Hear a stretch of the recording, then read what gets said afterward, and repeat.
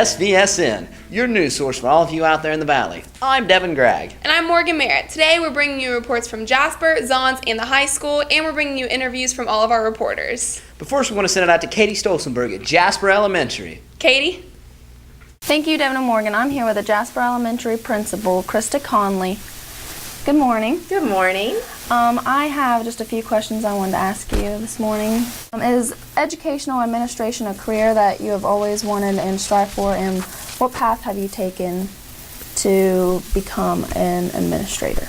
Yeah, I really have always strived to eventually get into administration. I've been teaching for about 17 years now. I started out in elementary education, which is a 1-8 degree, and I also had my reading endorsement because my passion is literacy for children. So I then went on and got my master's in reading education, and then I decided I wanted to get into administration. So for the past several years I've been a school improvement consultant, and that's helped me see the broader picture of, and I went from a classroom to then working with teachers in the whole school, and then now, you know, the bigger picture is the whole building.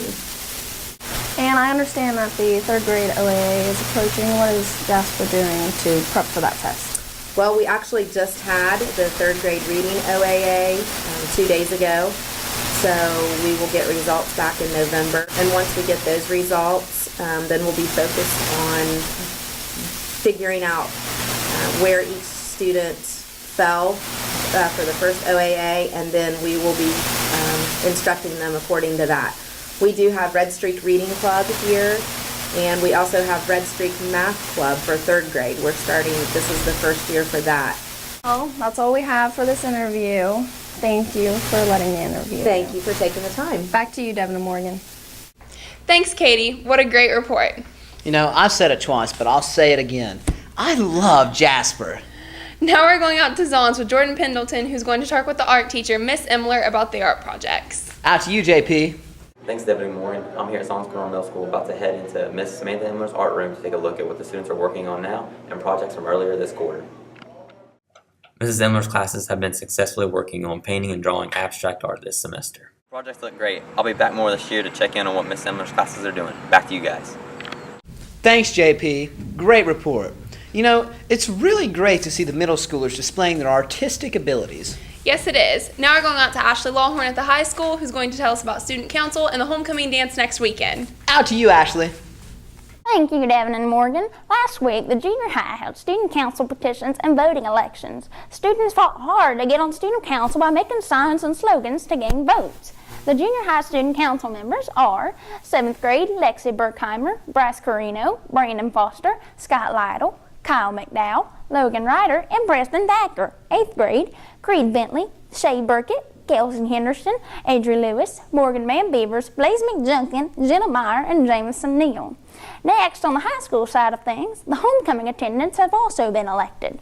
These ladies are freshmen Kennedy Cooper and Hannah Lamerson, sophomores Taylor Spencer and Sammy Grooms, juniors Emily McJunkin and Ashley Lawhorn, and seniors Kristen Robarge, Hannah Matthews, and Brooke Thomas. Congratulations to all of the new student council members and homecoming attendants for the 2013-2014 school year.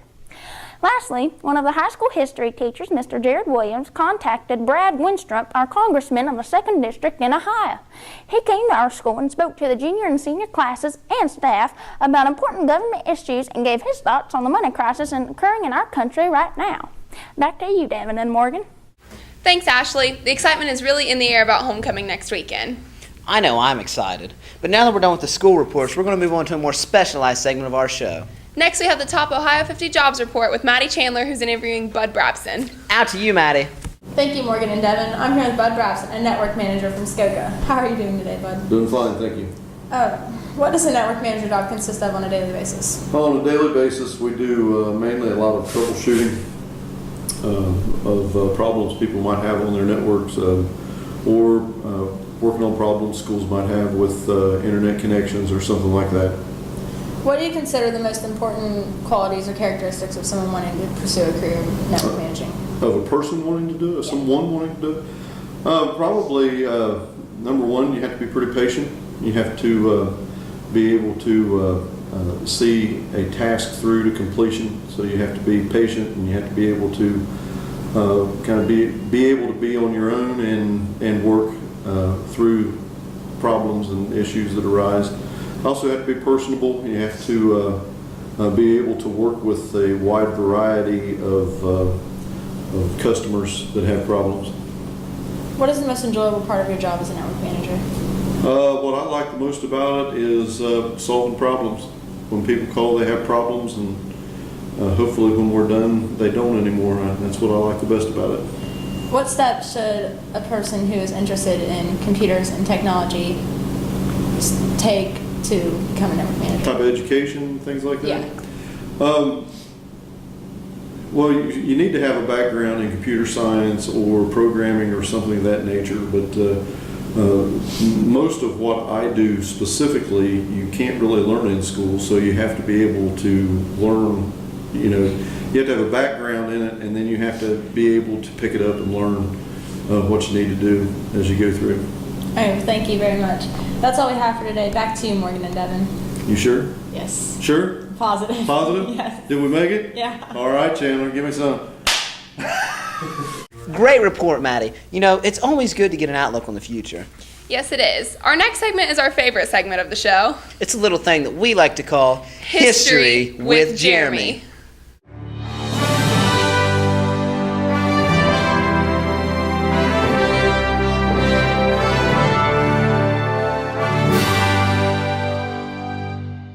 On a more serious note, Mrs. Shaw's nephew, Zachary Shaw, presented Piketon High School with this American flag. This American flag was flown on a special operations aircraft during a combat mission over Afghanistan in direct support of Operation Enduring Freedom on August 15, 2013. This flag symbolizes the sovereign power of the United States of America and the unshakable resolve of the International Security Assistance Forces to counter terrorism, and that's a fact.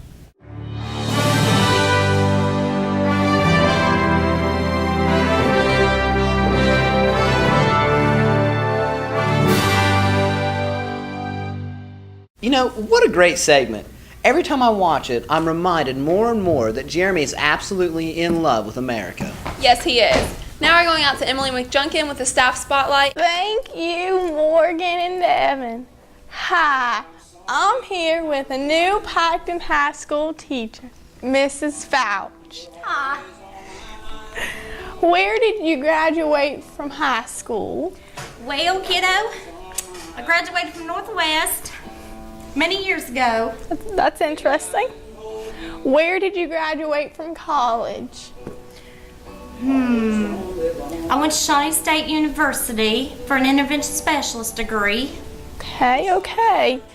Have you taught in any other school districts prior to getting hired on here at Piketon High School? Oh, yes, honey, let me tell you. Oh, yes.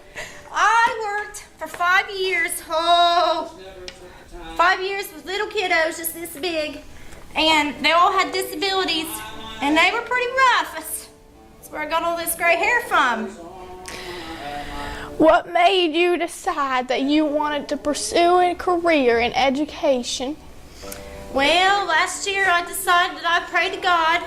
And He told me that if I would be willing, then He would open the door. And if I go through it, then He would open it for me.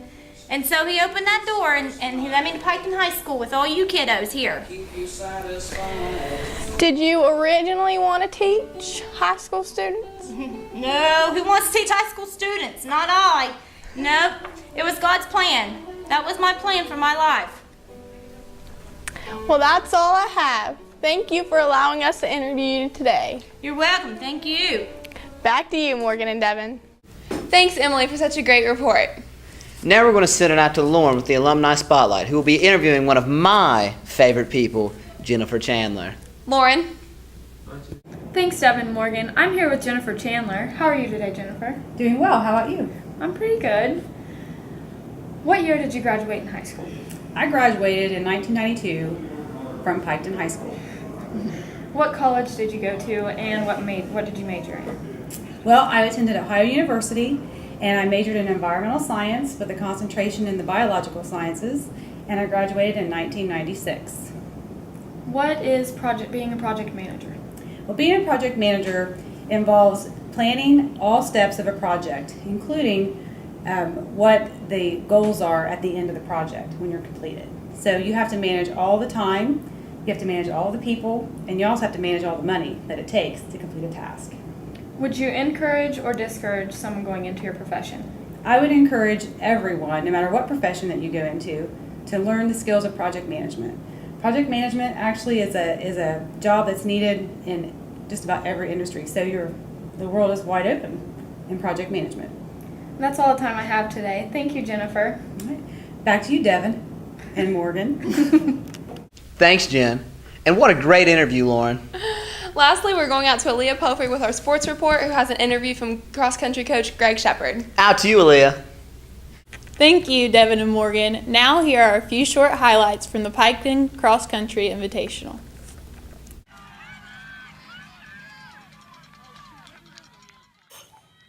At the annual Piketon Cross Country meet, our girls team placed 12th out of 17 teams, with an average time of 25 minutes and 21 seconds. Our boys team placed 4th out of 17 teams, with an average time of 17 minutes and 48 seconds. This week, I had the opportunity to sit down with your very own cross-country coach, Greg Shepard. So, how is your cross-country season going? Going very well. It's been a lot of fun. The kids have worked hard. We're improving, which is what we set out to do from the beginning. So we seem to be peaking at the right time. We have anywhere from junior high has one more meet, high school 2, 3, maybe even 4. Actually, 2 or 3. If I can count correct. Could be 4 if they go to the state. So hopefully that happens. Anyway, yeah. So I've heard that you're retiring this year. Congratulations on that, by the way. Thank you. How do you think cross country has changed over the years? I don't know if cross country has changed. I think the runners have gotten a little better for the most part.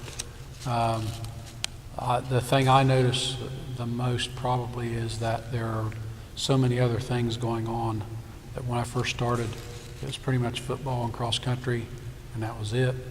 Now you have added golf, soccer, off-season things like fall ball and baseball, softball, and so forth. And it seems like there's always something for kids to do, and sometimes maybe too much. But it's harder to get kids to come out for cross country. It's not that cross country has changed. It's just everything around it has changed. Okay, and what does the future of Piketon cross country hold, do you think? Looks pretty good. We have some good runners, and some good young runners, good prospects down here in the elementary, and I think it's going to be in great shape. Okay, and my last question, do you know what kind of day it is? It's a great day to be at Piketon Red Street. Thank you, Greg Shepard, and once again, congratulations on your retirement. You will be greatly missed. And also, I want to give a big congratulations to junior runner Kane Dixon on being ranked 2nd in the state. Back to you, Devin and Morgan. Thanks for the great piece, Aaliyah. Man, what a magical show we've had today. We'd like to thank all of you for tuning in this week. And for all of you out there in the valley, remember to always keep it classy. And always remember, it's a great day to be a Piketon Red Streak.